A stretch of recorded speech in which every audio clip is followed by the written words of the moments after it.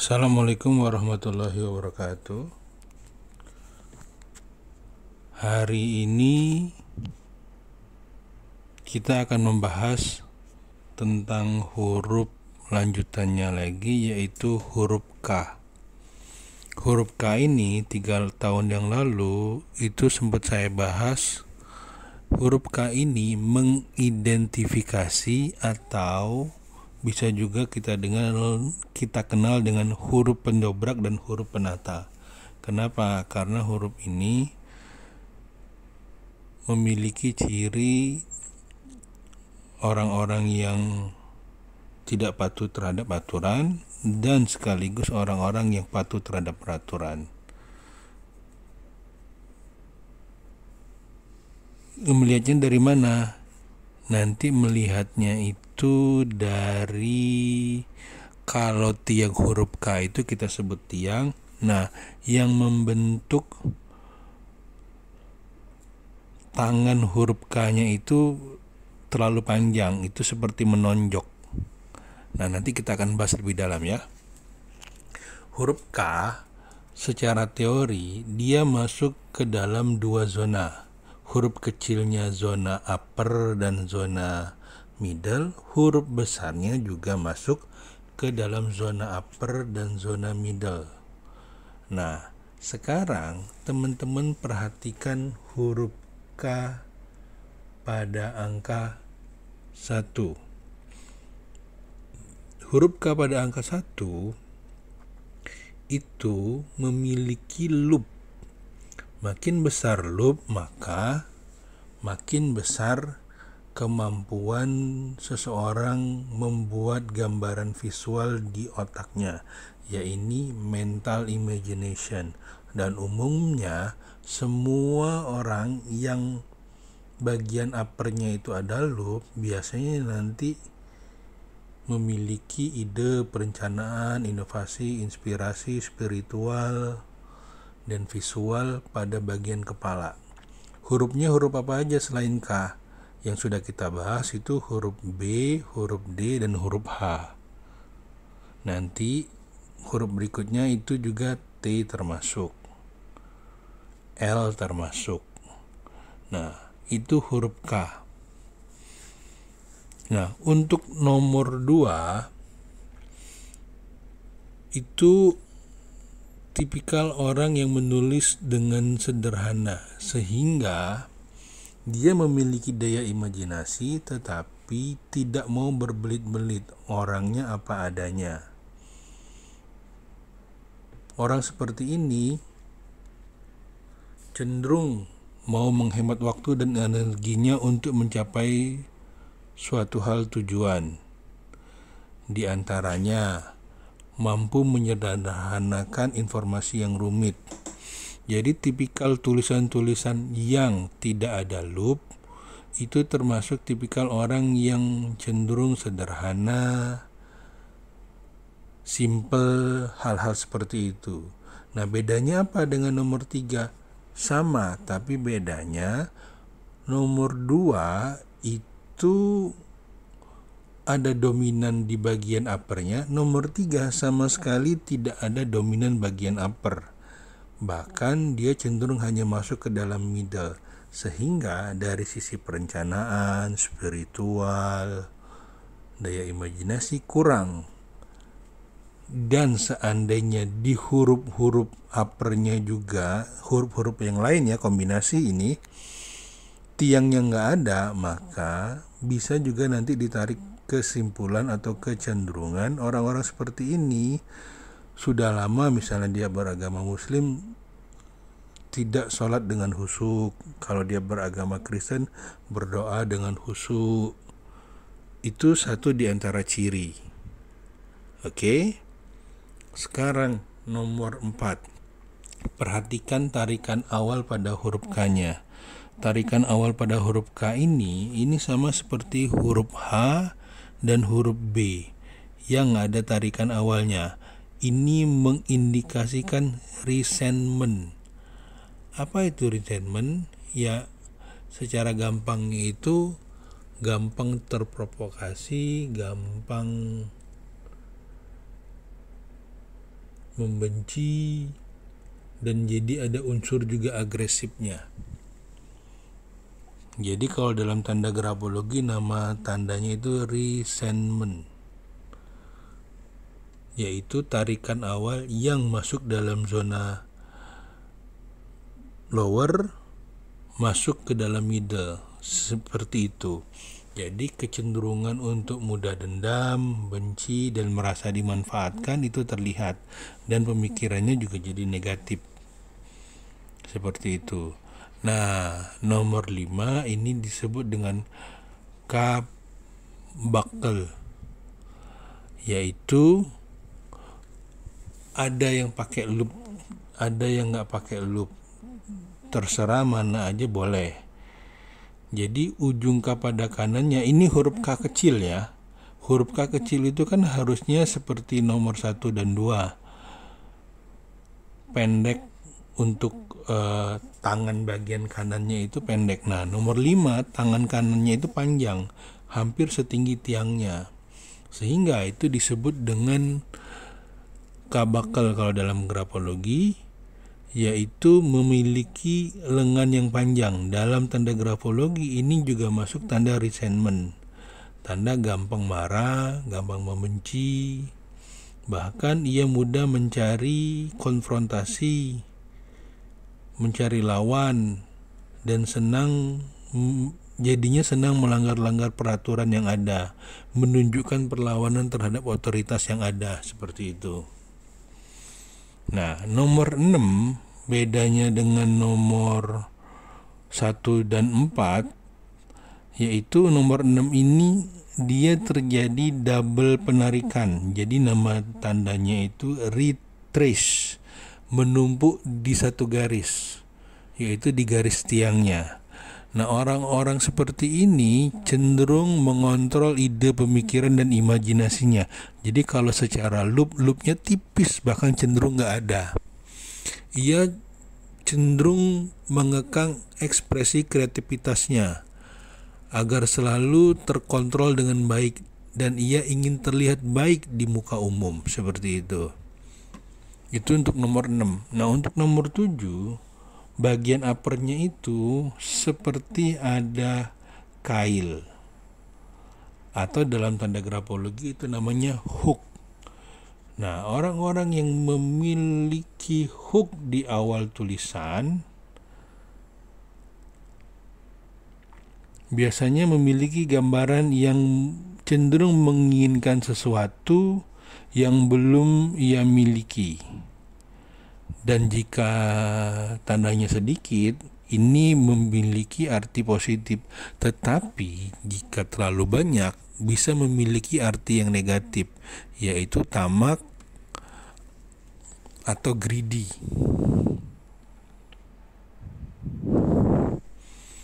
Seperti itu. Untuk nomor 8, huruf K-nya itu pada bagian bawahnya ada terjadi garis panjang yang masih di dalam baseline atau baseline bagian middle. Ini memiliki tarikan akhir yang panjang yang mencirikan seseorang itu egois dan sombong. Tetapi ada unsur humorisnya. Sama seperti nanti kalau teman-teman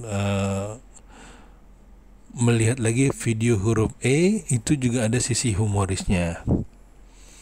Nah, untuk nomor 9 bedanya dengan nomor 8. Kalau nomor 9 ini tarikan ujung di bawahnya itu cenderung melebihi middle sehingga masuk di bagian lowernya atau melebihi baseline bawahnya. Orang-orang seperti ini sama seperti nanti kalau teman-teman menonton video huruf P, adalah orang-orang yang suka berdebat, argumentatif, suka membela diri, dan kadang-kadang jadinya mudah tersinggung, seperti itu. Nah, nomor 10, huruf K-nya itu ada yang lepas. Kalau kita nyebutnya ini disconnect di bagian upper. Nomor 11 disconnect di bagian tiang. Nomor 12 disconnect semua sisi. Disconnect ini atau loop yang terputus di bagian atas berarti seseorang ini mengalami kelelahan di bagian mental orientation. Kalau seandainya huruf lower, misalnya huruf G, huruf J, ini berarti kelelahannya di bagian lower, bisa nanti tentang kemampuan seksual dan lain sebagainya. Tetapi karena ini di bagian upper, berarti berhubungan dengan aktivitas mentalnya. Bisa nanti ke spiritual, bisa juga nanti ini tentang bagaimana dia mengeksekusi ide dan lain sebagainya. Sekarang kalau untuk nomor 11 ini mencirikan orang-orang yang mau lepas dari beban masa lalu. Kemudian juga ciri negatif jika banyak tanda ini mencirikan orang-orang yang berhubungan dengan hal-hal yang berbau kriminal atau individualis juga bisa. Seperti itu. Nah, nomor 12 ini lebih parah dibanding 11. Seseorang yang menuliskan dengan huruf K seperti nomor 12 menunjukkan sisinya terlalu individualis, kurang memiliki kemampuan dalam berorganisasi yang baik, sehingga mau menang sendiri, dan selain dari itu ada kecenderungan untuk berbuat hal yang kurang baik. Nah, untuk nomor 13 itu terjadi knot atau simpul di bagian tengah. Orang-orang yang memiliki simpul di bagian tengah yang tidak terlalu lebar di perutnya ini memiliki arti yang bagus, yaitu memiliki arti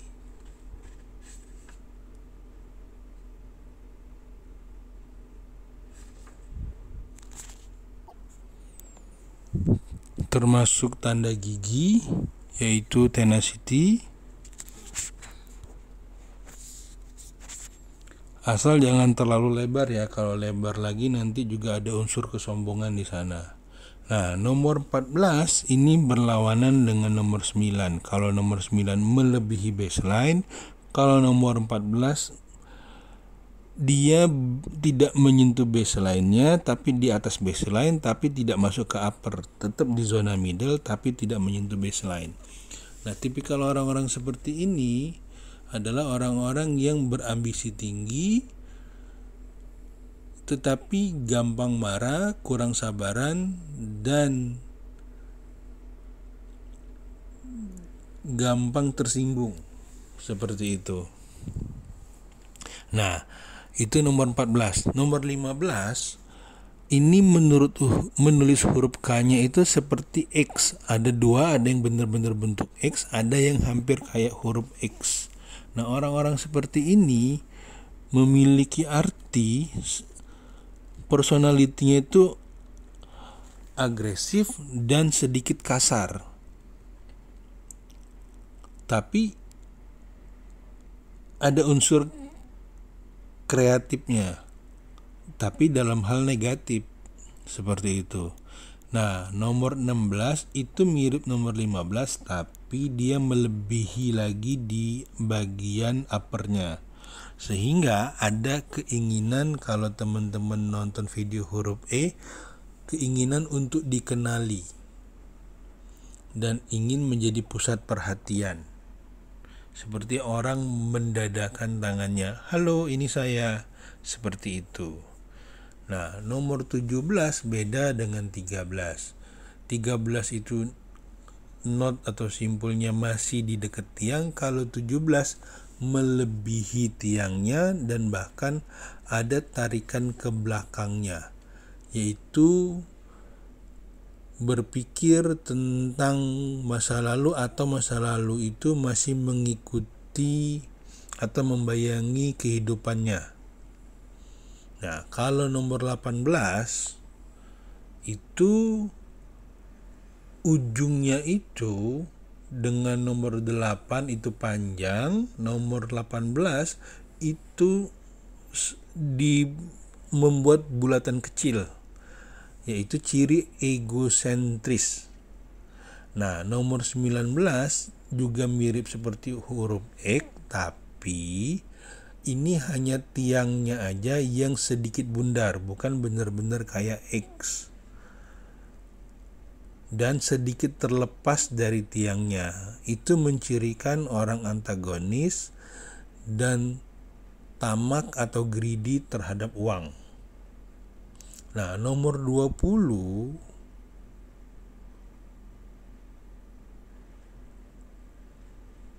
ini dia memiliki dia memiliki sudut lancip di dalam bagian middle-nya, seolah-olah menusuk perut. Ya, ini memiliki kebencian terhadap lawan jenis. Kalau dia laki-laki, dia melawan jenisnya berarti wanita, begitu juga wanita ini terhadap laki-laki. Sehingga perlu diwaspadai.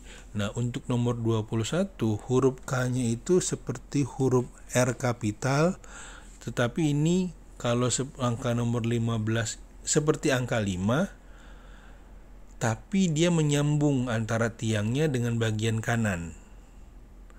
Ya, ini mencirikan juga jiwa pemberontak rebellions. Nah, untuk nomor 22, K-nya ini K yang umumnya itu mirip seperti nomor 1, tapi yang membedakan ada perut di bagian middle-nya, dan orang seperti ini tidak terlalu peduli dengan tampilan sehari-hari. Artinya orangnya apa adanya. Nah, untuk K yang bagus itu K1, K2,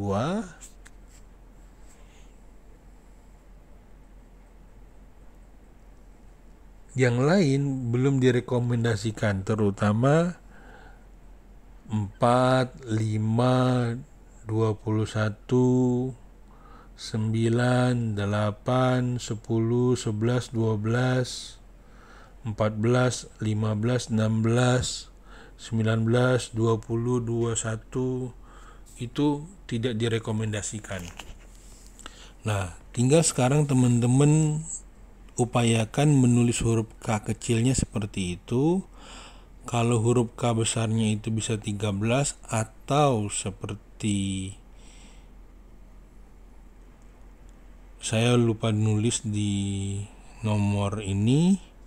Oke, saya tambahkan saja deh di nomor 23, yaitu huruf K kapital yang ideal, yaitu antara upper dan middle-nya seimbang, sehingga orang-orang seperti ini cenderung terdidik dan bisa menempatkan diri pada tempatnya, yaitu K nomor 23. K23 juga bisa teman-teman pakai sebagai contoh. Oke, saya rasa untuk huruf K cukup demikian. Silakan teman-teman pelajari, dan materi pendalaman ini teman-teman pakai untuk terapi menulis. Oke, sampai ketemu di pertemuan berikutnya.